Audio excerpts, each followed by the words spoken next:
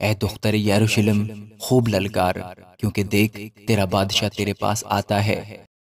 خداوند کے زندہ اور پاک کلام میں سے زکریا اس کا 9واں باب۔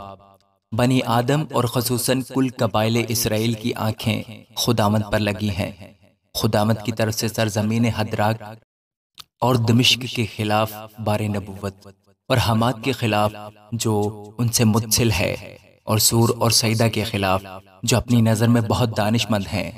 سور نے اپنے لیے مضبوط قلعہ بنایا اور مٹی کی طرح چاندی کے تودے لگائے اور گلیوں کی کیچ کی طرح سونے کے ڈھیر۔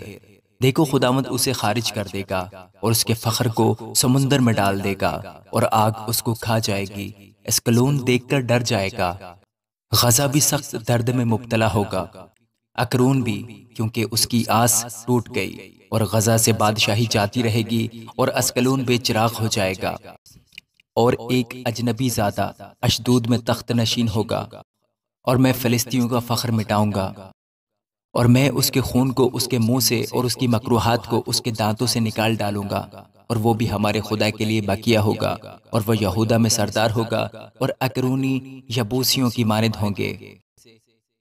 اور میں مخالف فوج کے مقابل اپنے گھر کی چاروں طرف خیمہ زن ہوں گا، تاکہ کوئی اس میں سے آمد و رفت نہ کر سکے، پھر کوئی ظالم ان کے درمیان سے نہ گزرے گا، کیونکہ اب میں نے اپنی آنکھوں سے دیکھ لیا ہے۔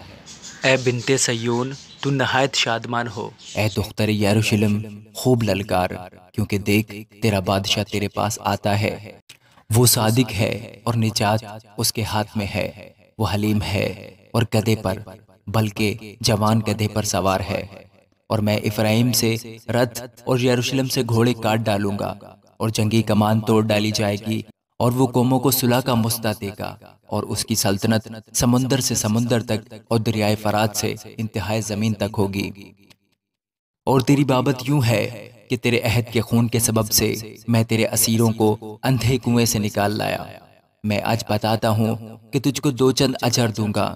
اے امیدوار اسیروں، قلعہ میں واپس آؤ، کیونکہ میں نے یہودوں کو کمان کی طرح جھکایا اور افرایم کو تیر کی طرح لگایا۔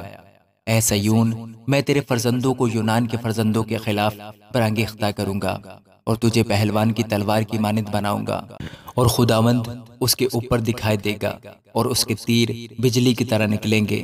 ہاں، خداوند خدا نرسنگا پھونکے گا اور جنوبی بگولوں کے ساتھ خروج کرے گا، اور رب الفاج ان کی حمایت کرے گا، اور وہ دشمنوں کو نگلیں گے اور فلاخن کے پتھروں کو پائمال کریں گے، اور پی کر متوالوں کی مانند شور مچائیں گے، اور کٹوروں اور مذبح کے کونوں کی مانند معمور ہوں گے۔ اور خداوند ان کا خدا اس روز ان کو اپنی بھیڑوں کی طرح بچا لے گا، کیونکہ وہ تاج کے جواہر کی مانند ہوں گے جو اس کے ملک میں سرفراز ہوں گے، کیونکہ ان کی خوشحالی عظیم اور ان کا جمال خوب ہے۔ نوجوان غلہ سے بڑھیں گے اور لڑکیاں نئی مے سے نشو نما پائیں گی۔ آمین۔